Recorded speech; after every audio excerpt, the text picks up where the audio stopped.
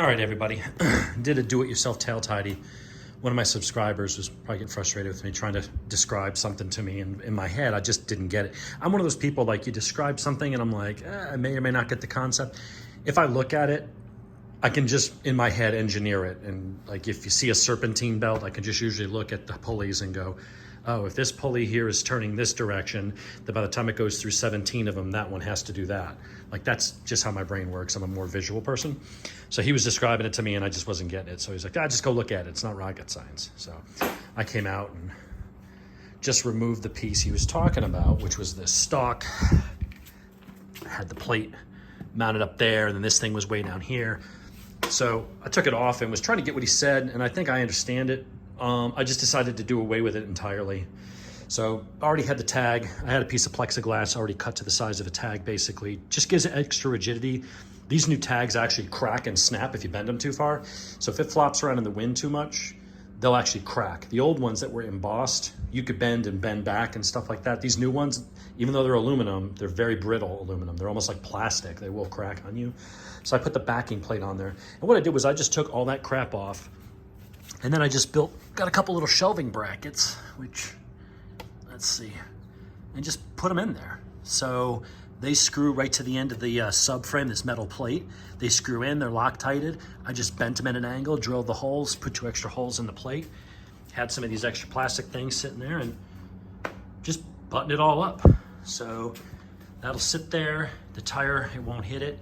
When the suspension compresses, if it does, I can always bend those a little bit more if I need to, but I checked the clearance. Shouldn't be anywhere near it unless I got a super heavy person riding pillion with me, and I don't even know if that would hit it then. So that should be just fine. And it's clean, it's legal. I thought about putting it up here because you could see it from back there, but Georgia State Patrol is really picky about that stuff. And a lot of my friends get pulled over for having it up there. Even though it's technically visible, they can't see it from all angles. They really want it to be on the back part of the bike. And it just gives the cops another reason to mess with you. And when you're on a motorcycle, you've already got, enough of them trying to give you a hard time. Not always undeservedly. I'm not picking on cops, but, usually I probably am riding like an idiot, so. Anyway, decided not to do it there, just mounted it up there. It's mounted to the same metal steel plate that holds this in place, so nice and sturdy, not going anywhere. It's right there. I don't have the light on it. Most of the time I don't, just because in the daytime you can't tell that there's a light on it anyway, and a cop would never know. And at nighttime, the cops, if he's behind you, his headlights are on. So in all the years I've been riding, it's never been a problem. And sometimes, a lot of times, you get the ambient light here. If anybody ever says anything to me, there's this whole area. I can stick my fingers up here, and the wires and the plug are up in there. I can pull them out through the hole, put them under the steel plate back the way they went, and I could put an LED right up in here shining down. I didn't do it now just because I had the plates and I had the brackets here. I didn't have the LED, so I'll just leave it like that for now, and if it ever becomes an issue, I'll go, oh, my bad. And I'll go get a cheap LED and pop it in there.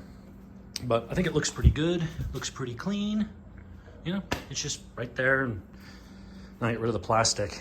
I may look for something that's a little less stick out and buttony, just to clamp those two together. I haven't quite figured that out yet, but anyway. Stay tuned, my new shocks, springs just shipped. So I got the heavier springs coming. I'll get those on probably Thursday or Friday, and then we'll be going up to GMD CompuTrack to have them set the suspension up for me. And I think that's all the updates for now.